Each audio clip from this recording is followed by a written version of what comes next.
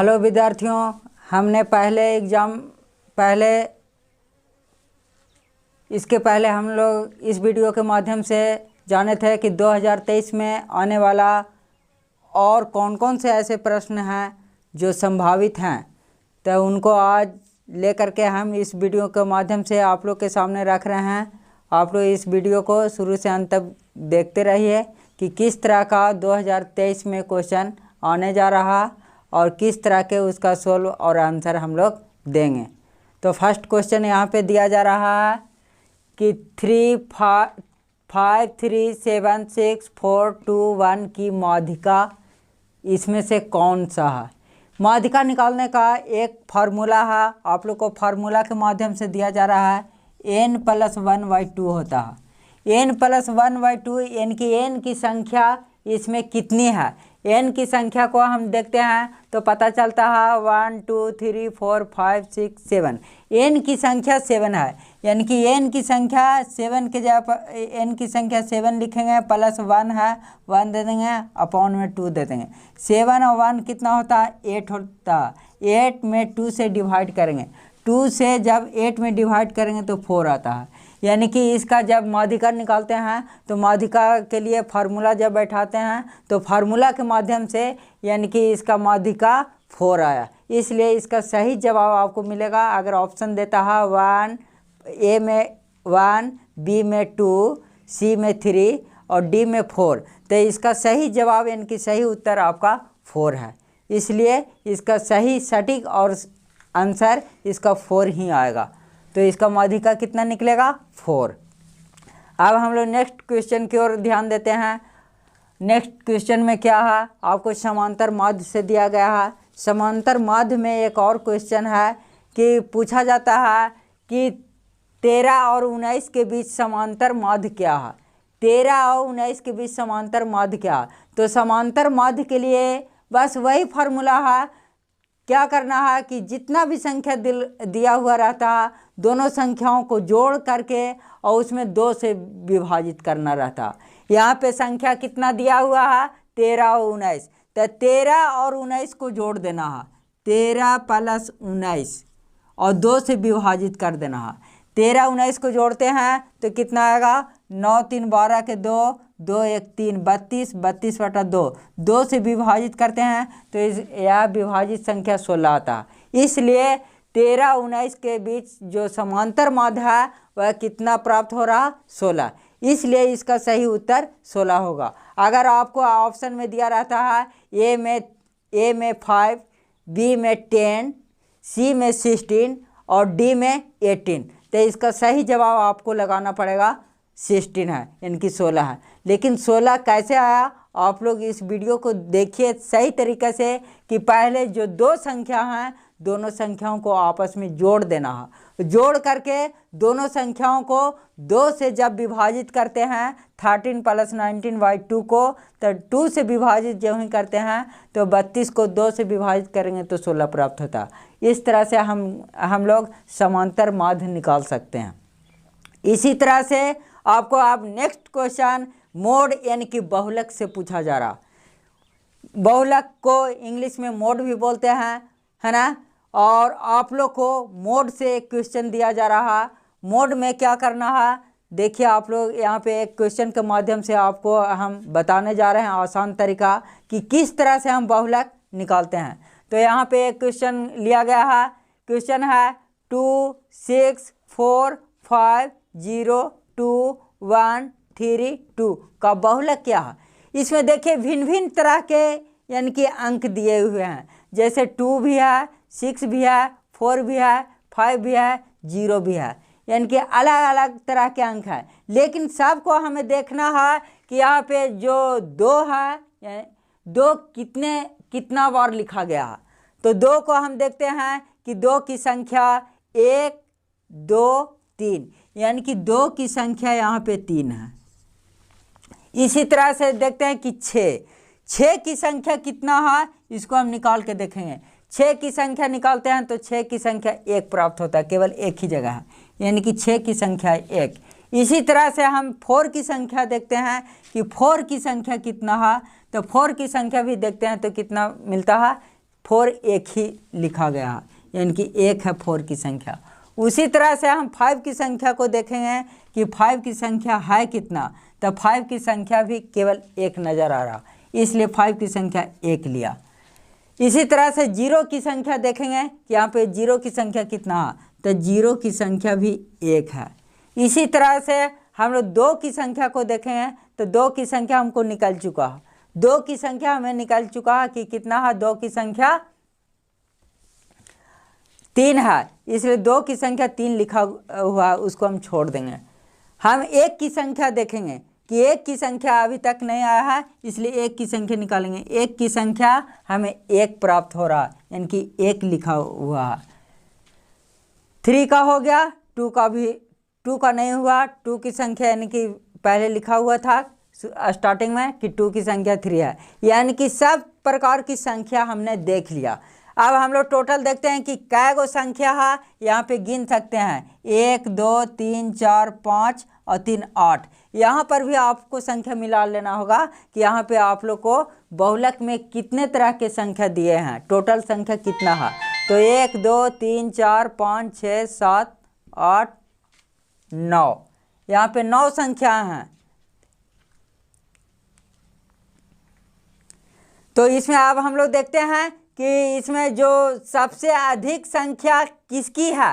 एक बार लिखा गया है, 0 एक बार लिखा गया है, 5 एक बार लिखा गया है, 4 एक बार लिखा गया है, 6 एक बार लिखा गया है, और जो 2 है से 2 3 बार लिखा गया, यानी कि सबसे अधिक संख्या 2 की है, सबसे अधिक संख्या 2 की है। इसलिए जो बहुलक होता है, जिसकी संख्या अधिकतम होता है वही उसका बहुलक होता है, यानी कि 2 की संख्या सबसे ज़्यादा है, इसलिए इसमें बहुलक 2 होगा, क्योंकि इसकी संख्या सबसे अधिक है।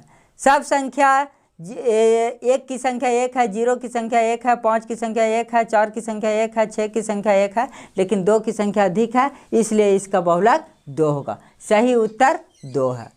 अब हम लोग नेक्स्ट के क्वेश्चन की ओर ध्यान देंगे कि परिसर, परिसर है क्या। परिसर एक वैसा संख्या को लिया जाता है जो उच्च सीमा में से निम्न सीमा को घटा दिया जाता है। जैसे मान लिया जाए कि हम 1 से लेके 100 तक लिख देते हैं, 1 2 3 4 5 6 7 8 9 10 ऐसे करते करते हम लोग 1 से 100 तक लिख देते हैं।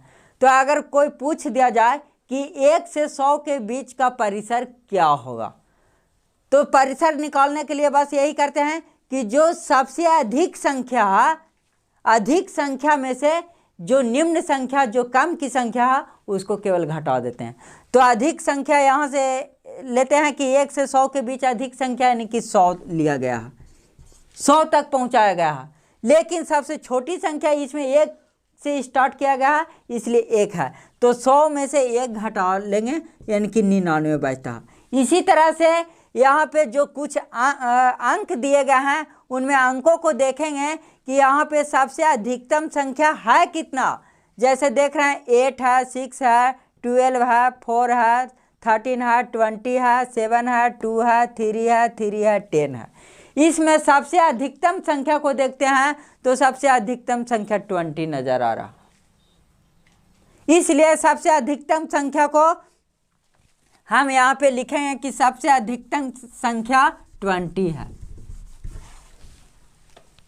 सबसे अधिकतम संख्या 20 हो गया। और सबसे कम संख्या कौन सा है, देखेंगे कि सबसे कम वाला संख्या कौन है। तो सबसे कम वाला यह 10 है, 3 है, 3 है, 2 है, 7 है, 20 है, 13 है, 4 है, 12 है, 6 है, 8 है, इसलिए कम वाला संख्या 2 है।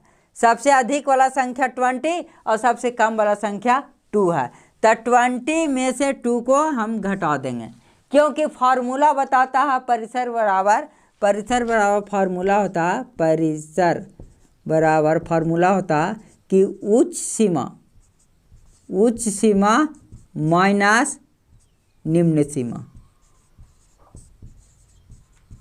यानी कि उच्च सीमा में से निम्न सीमा को केवल घटा देना। तो उच्च सीमा यहाँ पे 20 आया और निम्न सीमा केवल 2 है।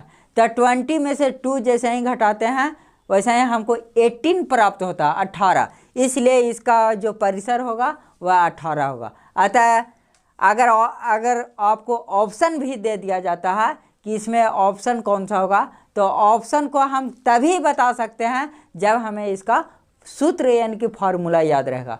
तो आप लोग बच्चों फार्मूला को हमेशा अपने माइंड में बरकरार रखिए, तैयार रखिए कि कहीं पर भी अगर कोई क्वेश्चन अगर पूछ दिया जाए तो हमको इस फार्मूला के माध्यम से हम तुरंत इसका जवाब दे सकते हैं। अब हम लोग नेक्स्ट क्वेश्चन की ओर देखेंगे। इसमें नेक्स्ट क्वेश्चन है कि इनमें किस घटना की प्रायिकता नहीं होता। प्रायिकता है क्या? प्रायिकता एक वैसा संख्या है जो केवल माइनस में नहीं होता। 1 2 3 4 5 6 कुछ भी हो सकता है, 1/2 1/3 किसी भी संख्या को लेंगे, लेकिन उसका जो वैल्यू होगा वह नेगेटिव नहीं होना चाहिए, माइनस में नहीं होना चाहिए।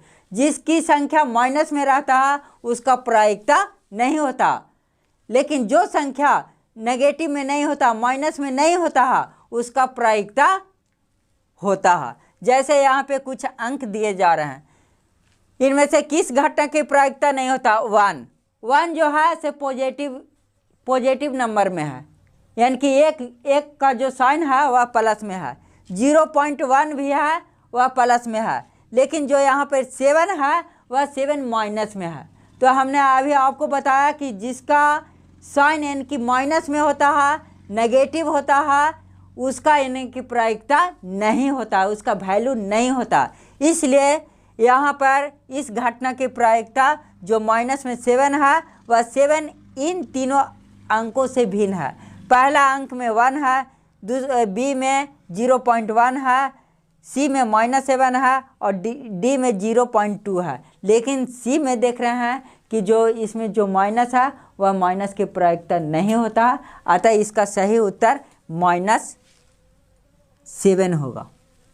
यानी कि हम ऑप्शन के माध्यम से अगर देखते हैं तो इसका आंसर सही आंसर -7 वाला होगा। इसी तरह से अब हम आप लोग को 2023 में आने वाला है अगला इम्पोर्टेंट जो क्वेश्चन है, जो प्रत्येक वर्षों 1-2 वर्षों के बीच में हमेशा देता है, उसको हम इस क्वेश्चन को ला रहे हैं। और यह जो है वह हमेशा हर एक वर्ष की तरह इस वर्ष भी लगभग पूछने जा रहा। आप लोग इस क्वेश्चन को हमेशा अपने माइंड में बैठा के रखना है ताकि इसका जो उत्तर है वह गलत नहीं मिले। अब आपको इस वीडियो के माध्यम से अगला क्वेश्चन को लेकर आ रहे हैं। निश्चित घटना की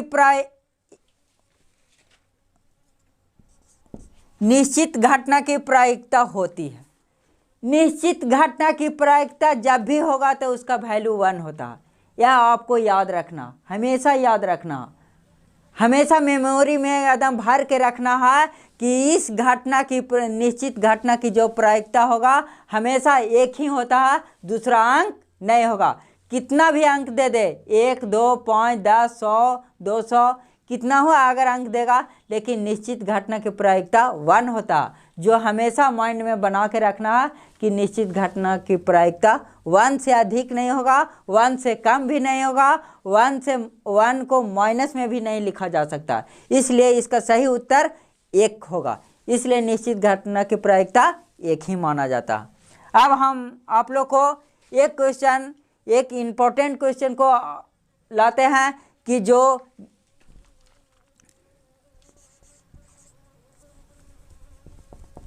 जो माध्य से है, जिसका क्वेश्चन एक माध्य से भी आता है। आप लोग को हर एक वर्ष की भांति इस वर्ष भी इनकी 2023 में आने वाले क्वेश्चन को माध्य से भी रखा गया है।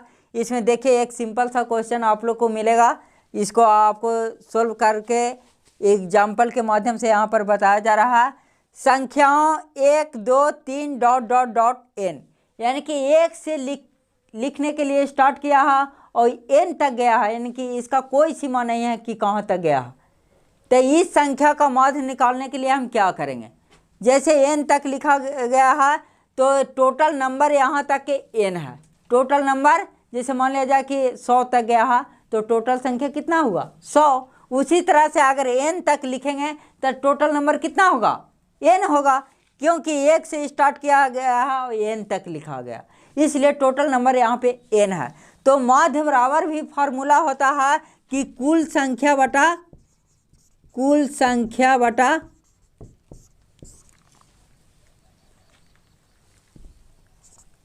टू। कुल संख्या यानी कि एक से लेकर कि जितना भी संख्या दिल रहेगा सब संख्या को जोड़ना है और नीचे उसको 2 से विभाजित करना है। यानी कि कुल संख्या कितना है, एक से लेकर अगर n तक दिया रहेगा तो टोटल नंबर इसका n है और उसको 2 से विभाजित करना पड़ता है, यानी कि n/2। अतः इसका सही option n into n plus 1/2 नहीं होगा, n/2 भी नहीं होगा, है ना, n प्लस 1/2 भी नहीं होगा, कोई नहीं। इसलिए इसका सही उत्तर जो माध्य निकालने का सही उत्तर है n/2 होगा, इसलिए इसका सही उत्तर n/2 मिला। अब हम आपको एक लास्ट क्वेश्चन आप लोग को रख रहे हैं आज के वीडियो में, आप लोग देखते रहिएगा कि सिलेंडर यानी कि बेलन में एक और क्वेश्चन इम्पोर्टेंट दिया जाता है, जो इम्पोर्टेंट क्वेश्चन इस तरह के फार्मूला के आधार पर आपको दे देगा। फार्मूला के आधार पर क्या देगा आप लोग देखिए, बोल रहा कि और त्रिज्या वाले बेलन के वक्र पृष्ठीय क्षेत्रफल क्या होगा। यहाँ पे एक सिलेंडर दिया गया है, बेलन बनाया गया है, बेलन की त्रिज्या जो यहाँ से यहाँ तक की त्रिज्या है वह r है। बेलन की त्रिज्या क्या है, r है। तो और त्रिज्या वाले बेलन के वक्र पृष्ठीय क्षेत्रफल क्या होगा, जो ये जो बंद जो घेरा में है इसी को वक्र पृष्ठीय क्षेत्रफल कहा जाता। तो वक्र पृष्ठीय क्षेत्रफल के लिए एक फार्मूला होता, क्या होता है, 2πRh।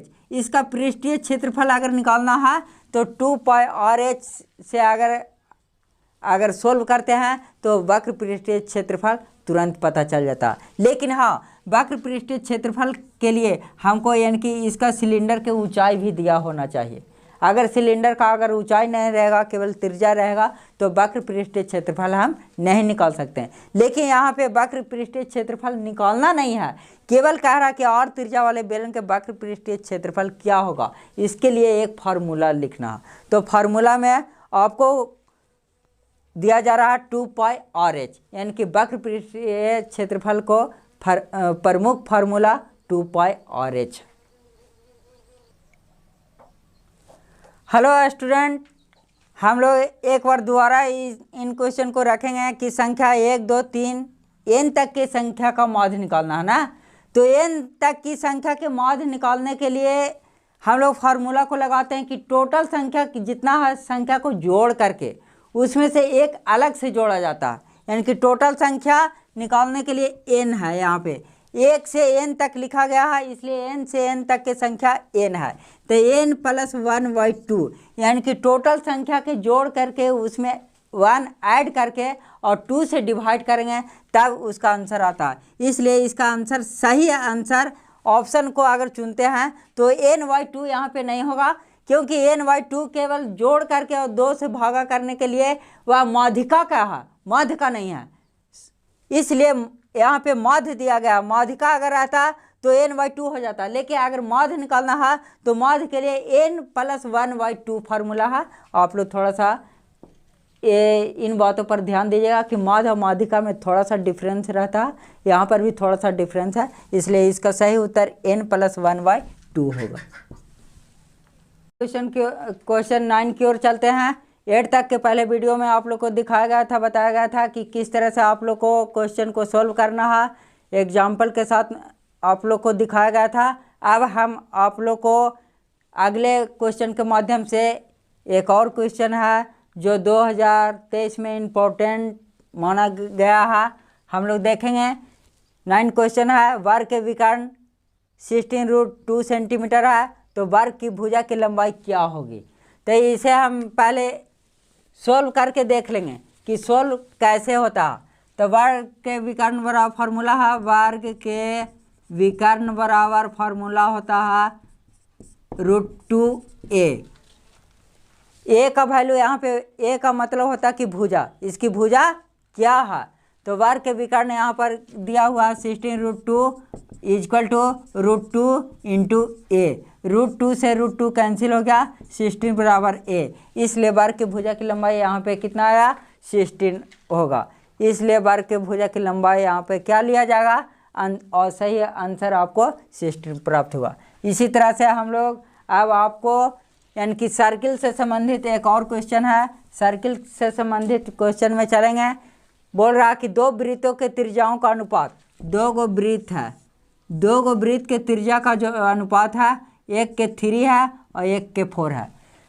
तो जब अनुपात दिया रहता है, अनुपात में जब भी कोई भी क्वेश्चन रहता है तो अनुपात हटा करके हम अंग्रेजी अक्षर, कोई भी अंग्रेजी अक्षर ए से जेड तक लेते हैं। जैसे 3 है तो 3x लेंगे, 4 है तो यहाँ पे 4x ले लेंगे, यानी कि दो वृत्तों के त्रिज्या 3x और 4x हो गया। अगर इसका क्षेत्रफल निकालना है तो केवल क्षेत्रफल निकालने के लिए स्क्वायर में बदल दीजिए, 3x के स्क्वायर कर दीजिए और 4x के स्क्वायर कर दीजिए, आपको क्षेत्रफल तुरंत निकल जाएगा।